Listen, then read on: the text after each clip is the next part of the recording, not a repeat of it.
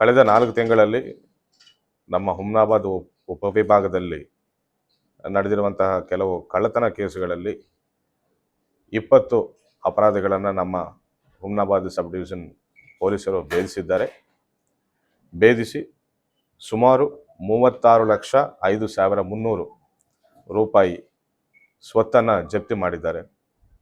ಅದರಲ್ಲಿ ನಗದು 11,52,300 ರೂಪಾಯಿ ಇದೆ. ಅದೇ ರೀತಿ 119 gram gold which is costing around 12 school style cancel. यहाँ लर्निंग मिलती है क्रिएटिव ट्विस्ट के साथ। Knowledge park the creative school, creativity is our subject. Horizon English Medium Public School, empowering bright future. Admissions are open. 1,48,000. ಅದೇ ರೀತಿ ಒಂದು ಎಮ್ಮೆ, ಅದೇ ರೀತಿ 8 ದ್ವಿಚಕ್ರ ವಾಹನಗಳು, ಕಳುವಾಗಿದ್ದ ದ್ವಿಚಕ್ರ ವಾಹನಗಳು 8 ಹಾಗೂ ಒಂದು ಮಹೀಂದ್ರ ಗೂಡ್ಸ್ ವಾಹನ, ಒಂದು ಆಟೋ ರಿಕ್ಷಾ ಆ್ಯಂಡ್ 3 ಕ್ವಿಂಟಾ ಸೋಯಾಬೀನ್. ಈ 20 ಪ್ರಕರಣಗಳಲ್ಲಿ ಹುಮ್ನಾಬಾದ್ ಉಪವಿಭಾಗದ ಪೊಲೀಸ್ ಸಿಬ್ಬಂದಿಗಳು, ಅಧಿಕಾರಿಗಳು ಸೇರಿ ಭೇದಿಸಿ ಸೀಸ್ ಮಾಡಿದ್ದ ಸ್ವತ್ತಿನ ವಿವರಗಳು ಇವು. ಅದೇ ರೀತಿ ಟೋಟಲ್ 28 ಅಫೆಂಡರ್ಸು, 20 ಪ್ರಕರಣಗಳಲ್ಲಿ 28. Saggay Hospital, Fertility and Mother Care Hospital and Scanning Center, near bus stand, Baso Kalyan. Noble Public School. Admissions are open. इल्म ही आदमी को इंसान बनाता है. ಅಫೆಂಡರ್ಗಳನ್ನು ನಾವು ಅರೆಸ್ಟ್ ಮಾಡಿದ್ದೇವೆ. ಅದರಲ್ಲಿ 24 ಅಫೆಂಡರ್ಗಳು ಬೀದರ್ ಅಥವಾ ಗುಲ್ಬರ್ಗಾಗೆ ಸೇರಿದ್ದವರು. ಒಂದು 5 ಜನರು ಗುಲ್ಬರ್ಗಾದಲ್ಲಿ MOBಗಳಾಗಿರ್ತಾರಂತ ನಮಗೆ ಮಾಹಿತಿ ಸಿಕ್ಕಿದೆ. ಅದೇ ರೀತಿ ಒಂದು 4 ಅಫೆಂಡರ್ಗಳು ಮಾತ್ರ ಔಟ್ಸೈಡ್ ಕರ್ನಾಟಕ, ಮಹಾರಾಷ್ಟ್ರ, ಧಾರಾಶಿವ್ ಜಿಲ್ಲೆಗೆ ಸೇರಿದ್ದವರಂತ ಗೊತ್ತಾಗಿದೆ. ಅವರೆಲ್ಲರನ್ನು ಕೂಡ ನಾವು ನ್ಯಾಯಾಂಗ ಬಂಧನಕ್ಕೆ ಒಪ್ಪಿಸಿದ್ದೇವೆ. ಅದೇ ರೀತಿ ಕಳುವಾಗಿದ್ದ ಮಾಲನ್ನು ಕೋರ್ಟ್ಗೆ ಒಪ್ಪಿಸಿ ಕೋರ್ಟ್ ಮುಖಾಂತರ ಕಳ್ಕೊಂಡವರಿಗೆ ತಲುಪಿಸ್ತೇವೆ ಅಂತ ನಾವು ಹೇಳಕ್ಕೆ ಇಷ್ಟಪಡ್ತಾ ಇದ್ದೇವೆ. ಅದೇ ರೀತಿ ಮೊಬೈಲ್ ಕಳ್ಕೊಂಡವರು ನಮ್ಮ CIR ಪೋರ್ಟಲ್ ಮುಖಾಂತರ ಪ್ರಕರಣ ದಾಖಲಿಸಿಕೊಂಡಾಗ ತಾಂತ್ರಿಕ ವಿಜ್ಞಾನವನ್ನು ಉಪಯೋಗಿಸಿ ನಾವು ಸುಮಾರು 49 ಮೊಬೈಲ್ಗಳನ್ನು ರಿಕವರಿ ಮಾಡಿ ಕಳ್ಕೊಂಡವರಿಗೆ ಕೊಡಲಾಗಿದೆ. ಅದರಲ್ಲಿ ಹುಮ್ನಾಬಾದ್ ಪೊಲೀಸ್ ಸ್ಟೇಷನಲ್ಲಿ ಹೆಚ್ಚಿಗೆ 32 ಮೊಬೈಲ್ಗಳು ಸೀಸ್ ಆಗಿದ್ದೇವೆ ಅಂತ, ರಿಕವರ್ ಆಗಿದ್ದೇವೆ ಅಂತ ಹೇಳಕ್ಕೆ ನಾನು ಇಷ್ಟಪಡ್ತಾ ಇದ್ದೇನೆ. ಈ ಇಡೀ ಪ್ರಕರಣಗಳನ್ನು ಭೇದಿಸುವ ನಿಟ್ಟಿನಲ್ಲಿ ಅತ್ಯುತ್ತಮ ಕೆಲಸ ಮಾಡಿದ್ದ ಹುಮ್ನಾಬಾದ್ ಸಬ್ ಡಿವಿಷನ್ ಪೊಲೀಸ್ ಸಿಬ್ಬಂದಿಗಳಿಗೂ ಹಾಗೂ ಅಧಿಕಾರಿಗಳಿಗೂ ನಾನು ಬೀದರ್ ಪೊಲೀಸ್ ವತಿಯಿಂದ ಕೃತಜ್ಞತೆಗಳನ್ನು ಹಾಗೂ ಅಭಿನಂದನೆಗಳನ್ನು ತಿಳಿಸ್ತಾ ಇದ್ದೇನೆ. Thank you so much.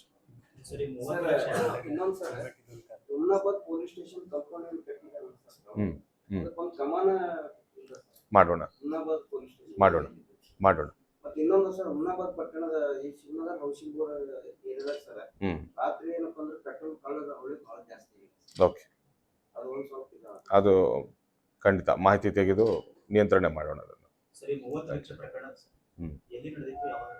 ಇವೆಲ್ಲ ಸುಮಾರು ನಮ್ಮ ಬೀದರ್ ಹುಮ್ನಾಬಾದ್ ಇಡೀ ಸಬ್ ಡಿವಿಷನಲ್ಲಿ ನಡೆದಿದ್ದಾವೆ. ಕೆಲವು ಪ್ರಕರಣಗಳು ಹುಮ್ನಾಬಾದ್ ತಾಲೂಕು, ಕೆಲವು ಬಸವ ಕಲ್ಯಾಣ. ನಾವು ಪತ್ರಿಕಾ ಪ್ರಕಟಣೆ ಕೊಡ್ತೇವೆ. ಹುಮ್ನಾಬಾದಲ್ಲೇ ಒಂದು 7 ಪ್ರಕರಣಗಳಿವೆ. ಮಂಠಾಳದಲ್ಲಿ 1 ಪ್ರಕರಣ, ಮುಡಬಿದಲ್ಲಿ 3, ಬಸವ ಕಲ್ಯಾಣದಲ್ಲಿ 5, ಚಿಟಗುಪ್ಪದಲ್ಲಿ 1, ಭೀಮಲ್ಖೇಡದಲ್ಲಿ 1.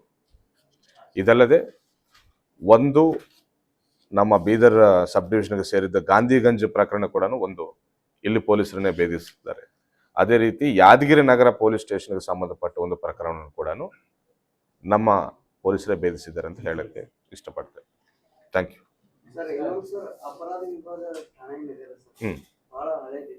ಹೌದು, ಅದನ್ನ ದುರಸ್ತಿ ಮಾಡಿಸ್ತಾ ಇದ್ದೇವೆ. ಹೌದು, ಮಾಡ್ತಾ ಇದ್ದೇವೆ. ಅದೇ 5 ಜನರು MOBಗಳಿದ್ದಾರೆ. ಅಂದ್ರೆ ಅವರ ಮೇಲೆ ಈಗಾಗಲೇ ಗುಲ್ಬರ್ಗದಲ್ಲಿ ಬೇರೆ ಬೇರೆ ಪ್ರಕರಣಗಳು ದಾಖಲಾಗಿದ್ದಾವೆ. ಅವರು ಈ ಸತಿ ನಮ್ಮಲ್ಲಿ ಕಳ್ಳತನ ಮಾಡಿದ್ದಾರೆ. ಅವರು ಮಿಕ್ಕಿದ್ದ 28ರಲ್ಲಿ 5 ಜನರನ್ನು ಬಿಟ್ಟರೆ 23 ಜನರು ಬೀದರ್ ಅಫೆಂಡರ್ಸ್, ಮೊದಲನೇ ಸತಿ ಅಫೆನ್ಸ್ ಮಾಡಿದ್ದವರು.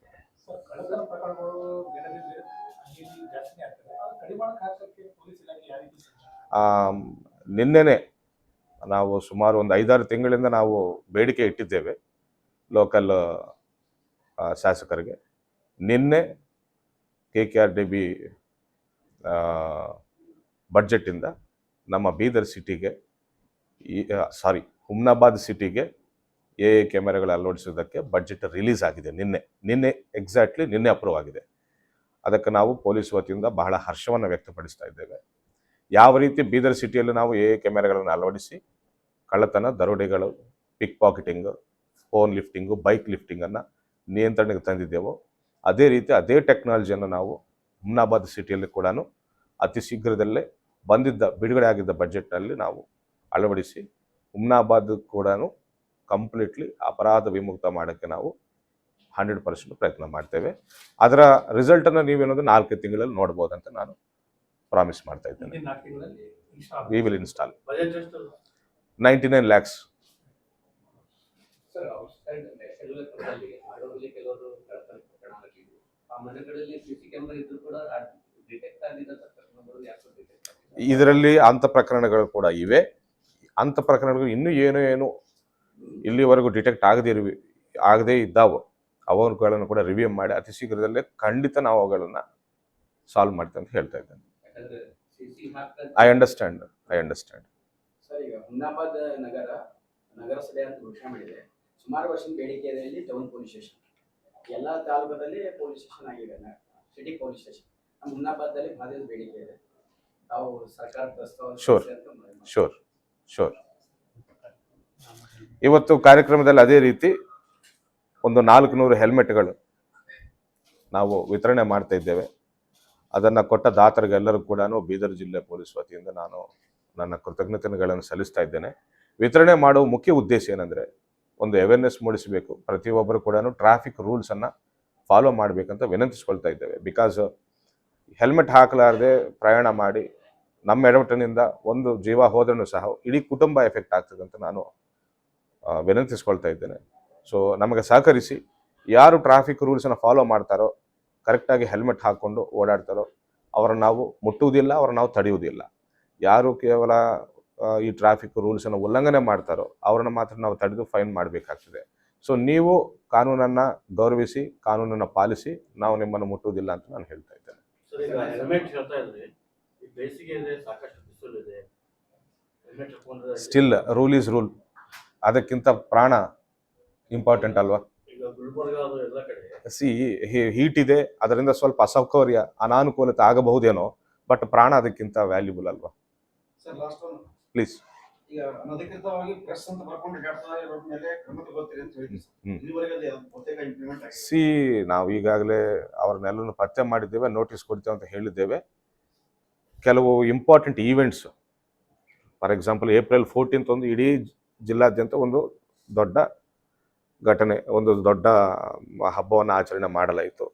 ಅದಕ್ಕಿಂತ ಮುಂಚೆ ಇನ್ನೊಂದು 2-3 ದಿನ ಹಿಂದೆ ಇನ್ನೊಂದು ಈವೆಂಟು. ಈ ರೀತಿ ಬೇರೆ ಬೇರೆ ಕೆಲಸದಿಂದ ನಾವು ಅದನ್ನು ಪೋಸ್ಟ್ಪೋನ್ ಮಾಡಿದ್ದೇವೆ ಬಿಟ್ಟು ಅದನ್ನು ಬಿಡುವುದ ಸಮಸ್ಯೆ ಇಲ್ಲ.